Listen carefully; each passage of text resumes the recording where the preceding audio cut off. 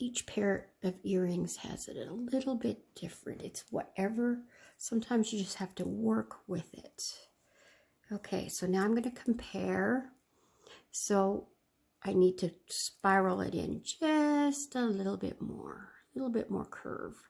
It's not going to be closed up just because it's difficult to do that. Oh boy, I hope I wasn't out of the screen while I was doing that. Okay.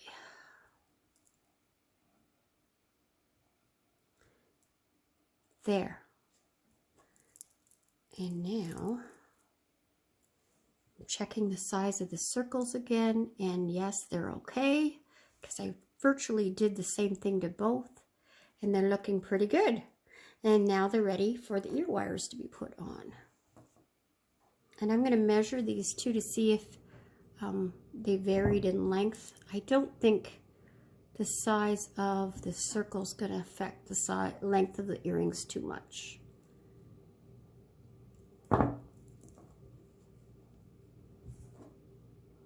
The length of your ear wires can have an impact. Every little thing makes a difference. Okay, if you look, the earrings are exactly the same length long, so that's good. That doesn't always work that way. Sometimes it's a little bit different, but they're handmade earrings and people have to expect things like that. So I'm going to measure them in inches. Oops. And these ones are actually a little bit bigger. These are closer to 3.5 inches long. So I'm not sure. I think I did a larger circle on these earrings, and definitely, yes, it's a larger circle. So it went from, it made that much of a difference, I guess. Maybe I have longer ear wires as well. Okay, so there they are. They're beautiful. They're hard to show on the camera because they're so long. I'll put them on the ground, on the table. And there they are.